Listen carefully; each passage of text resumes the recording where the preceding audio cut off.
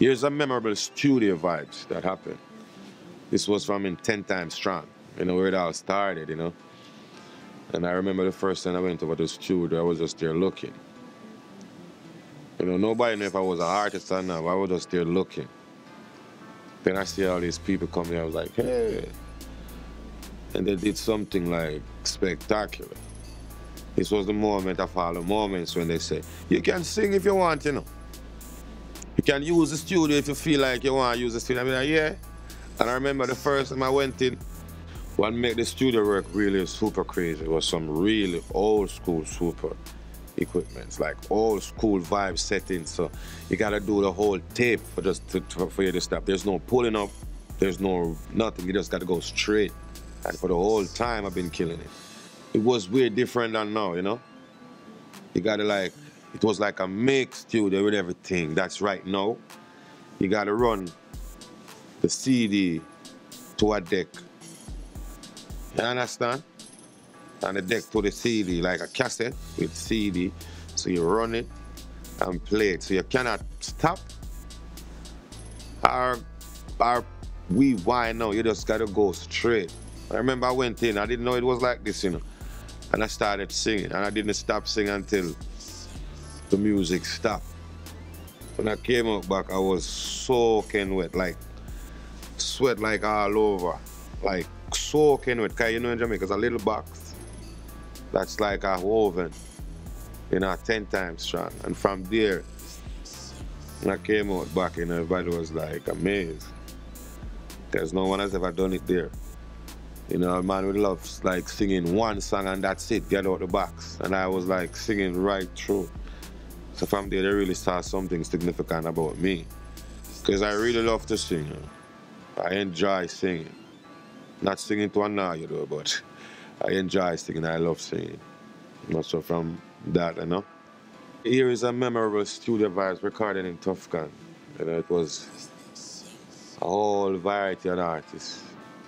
I wasn't even an artist really back then, but just get the chance of being in the studio, and the great Bob Marley studio was the studio, you know, Tuff Gong, and still is. It was Chino Smith, Potter Rice, O.P., Israel.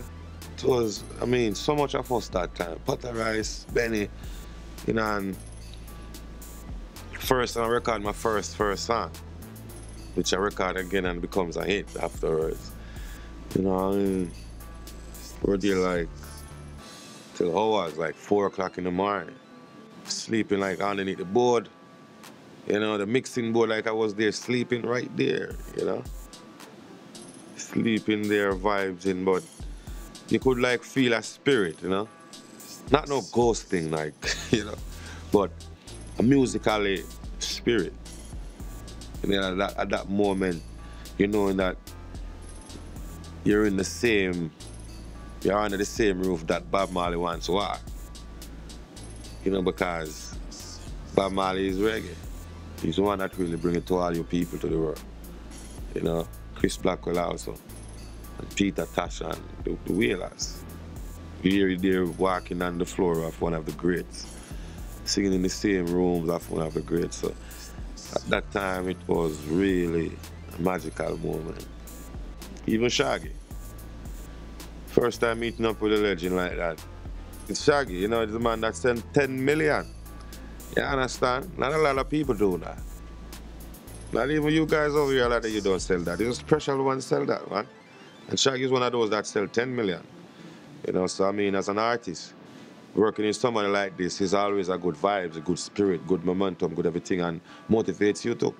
You know, so I mean, it was a great vibes to know that this is the platinum, brother. You know, and seeing him so cool and so down to earth, and you know, you have to give it up for Shaggy, respect, yeah? Yeah, I remember a studio moment with Shaggy at this spot in his crib, you know? It was a nice vibes, nice studio, nice vibe, nice everything, nice greetings. And the music atmosphere was really great, naturally. Super cool dupes, man, Shaggy, man, like, you know? Vibes with him and voice, record a song. I'm so out. I'm so out, yeah. More English for you people. Yeah, and also the great again, Buju Banton. You know, write a song and I sing it. You know, launch her and she run left farm and say she tired of the loving that she want. Jump in a fire from out frying pan.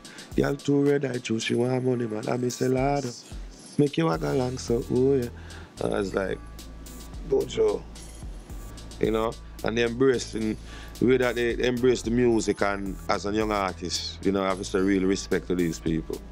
Sean Paul, we always like heal each other, you know? Like we always on the run, always on the go. You know, but same respect to Sean Paul, cause it's a great act, you know? Real thing. Buju, we recorded in Jamaica at Goofy Studio at that time. We're just in the street, like just driving, I just went and do some work, you know? Cause like that, just driving around, I think it was the bad Subaru tour that I drive in, you know? I reached one of this and did that track, you know? He written that song and I sang it.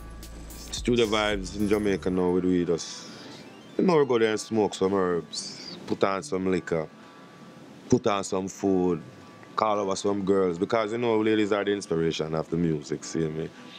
You know, and just have vibes, fundamental thing. Yeah, man.